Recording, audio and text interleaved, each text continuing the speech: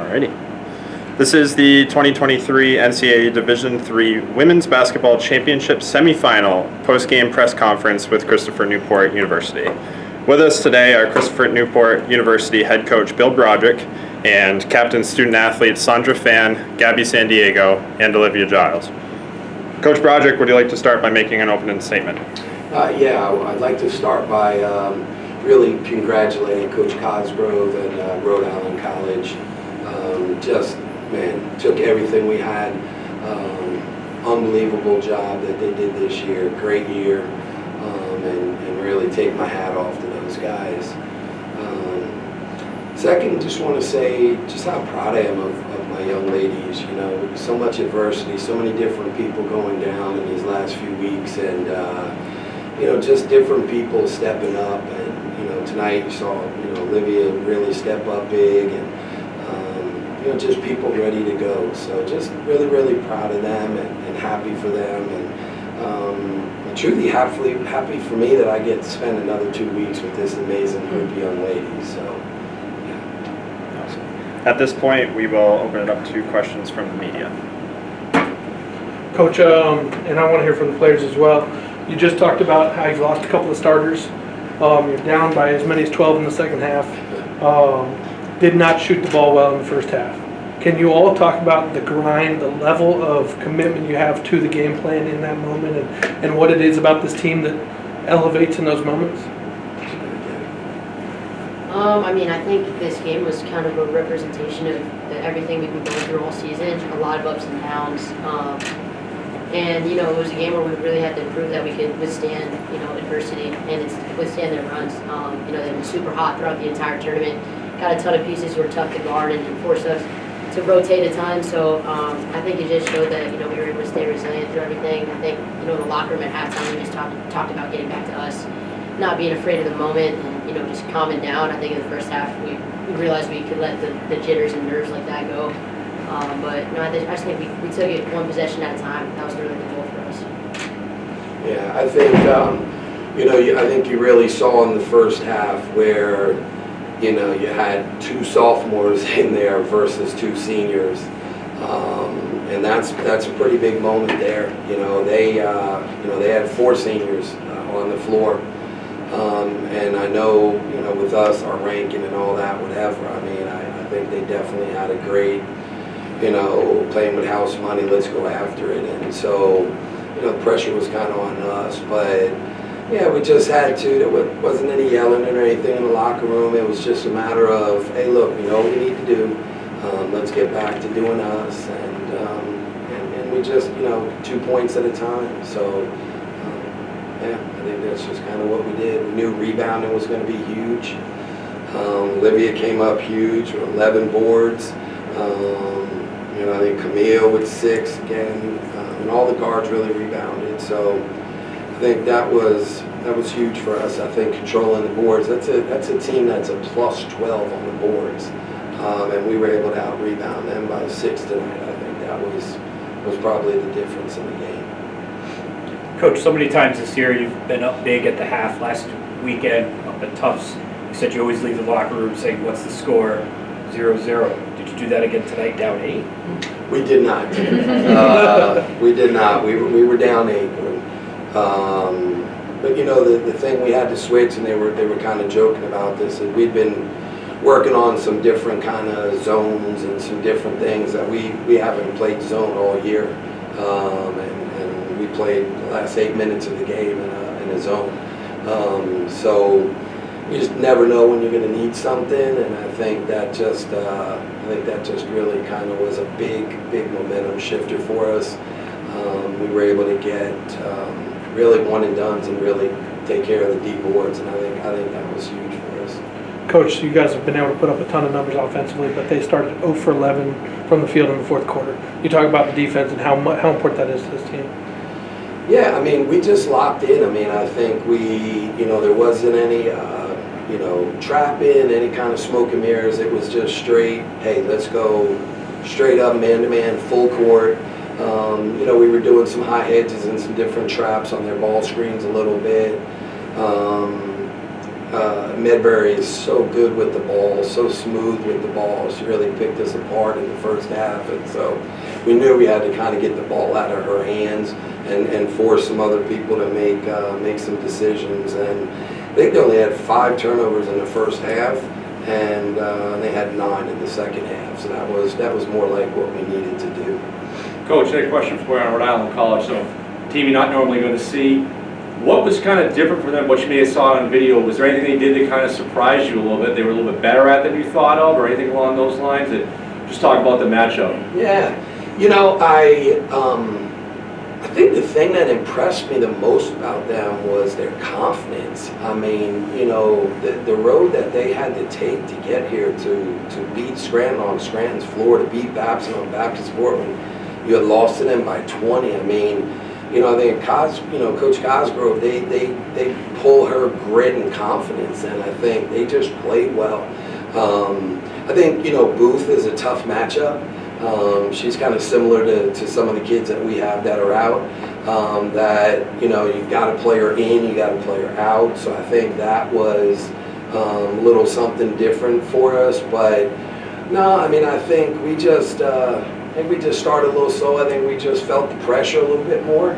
I think they came out ready to go, and we had to match it. But no, just a really tough, well-coached group. Sandra, I think the shot of the game, you guys are up 2. There's a 3 from Hannah, she misses, you get the rebound. There's a 3, they have the ball briefly, you steal it, and there's another one and you hit it. Talk about that exchange, and it didn't look like it, but was there any hesitation on the 3rd try? There's just so many thoughts going through my mind. I can't even tell you that happened during the game, but I just, in the locker room, Coach was like, if you're open, just shoot the ball, and I just gained some confidence from that, and then going out there and hitting that big shot, I just knew I had to do it and build that confidence to hit those shots in the second half. Liv, can you talk about how you and Millie were feeling out there today? She caught you on that one cut through the lane, and then on the fast break, you guys connected. A little bit something there between the two of you? Yeah, I mean, you know, we just have that good chemistry. I mean, the whole team really has that great chemistry, so we're all able to connect. And we were just playing hard, and we just knew we had to get it done, so. I have one last question. You guys are, whatever you are now, 30-0, 31-0, number 1 in the country. You'll wait 2 weeks to play the national championship game in Texas against whoever wins this next game. Yeah. How will you spend the next 2 weeks? 'Cause this is strange to have a 2-week break. It is, and the thing I was thinking is I was gonna call Bill Belichick. I know the Super Bowl is the only time where you usually have 2 weeks off, and I want to see kind of how they handle things. But you know, some people had asked me that earlier. I don't know, because I don't think anyone's ever been in that position. Maybe a few years ago, whenever we did this, but so I think we'll kind of figure it out a little bit. I guess I got to let him go to class a few times, maybe. So, I mean, we're definitely going to take some time off. You know, we're, like I said, we're not playing. We've got people playing a lot more minutes than they're used to playing because of, you know, the other people out. So I think we need to definitely get some rest, really focus on school. And then we've got a long time to kind of see what's going on. But I can't imagine too much is going to change. I mean, we are who we are. I think we're just going to tighten some things up, maybe try to get some people acclimated that are now in positions that have been forced into, so try to get them a little bit more acclimated, and then just really go out and just do the best we can and leave everything on the court. And that was one thing that I told them at halftime was, you know, I'm okay winning and losing. I've lost a lot of games in my life. But with the effort that we were playing with, the focus, the heart, that wasn't us. And that's not okay to lose that way. And that's what we talked about. Hey, if Rhode Island beats you and they earn it, then hey, I tip my hat to them. But we needed to play a lot better with a lot more heart. And so we did that. And after that second half, I would have been fine with whatever the results would have been. You know, it's not very often that you're able to spot somebody 8 points at this level and came back. You know, last year we had one bad quarter. We spotted Trinity 11 at the end of the first quarter.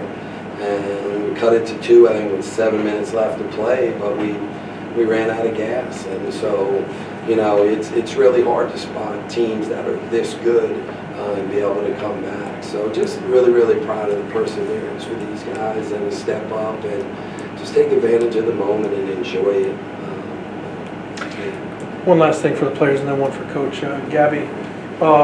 You guys have had that free throws win ball games chant all year long. And at the end of that game, every free throw mattered. Can you talk about how yourself went to the line, Camille went to the line, Lauren Forsky went to the line, you guys hit all 6. How big are those moments at the free throw line? I mean, those are huge. I think, you know, it's definitely an emphasis we have late in the season. A lot of our time, you know, practicing is spent, you know, shooting free throws and, you know, creating different kinds of penalties and stuff to add pressure. So I think, you know, we try to simulate pressure as best we can in practice to prepare us for that. And, you know, just try and step up with confidence. And, you know, I have confidence with all my teammates who are stepping up to the line. And, you know, I think it's just all about, you know, trusting the work you put in. I feel like, you know, we all get a ton of shots up. And in a moment like that, you just got to take a breath and knock it down. And Coach, you know, it's your second trip to the Final Four. And just talk about the experience and moving forward in the national championship and this weekend here in Connecticut. Yeah, you know, I think, you know, definitely a different feel than the first time. You know, I really feel like it was a little bit of happy to be there. We were kind of the underdog. We were the one that kind of crashed the party with, you know, tough St. Thomas and Amherst. And so I think it was a little bit of just kind of happy to be there, not really sure what to do. And I think this time I just felt a lot more comfortable. I think we just kind of really stayed in our routine. You know, I want to thank everybody at Trinity, did an amazing job. Our NCAA host, Coach Brooks, also from Coach Devaney from here, both of them have been key for us.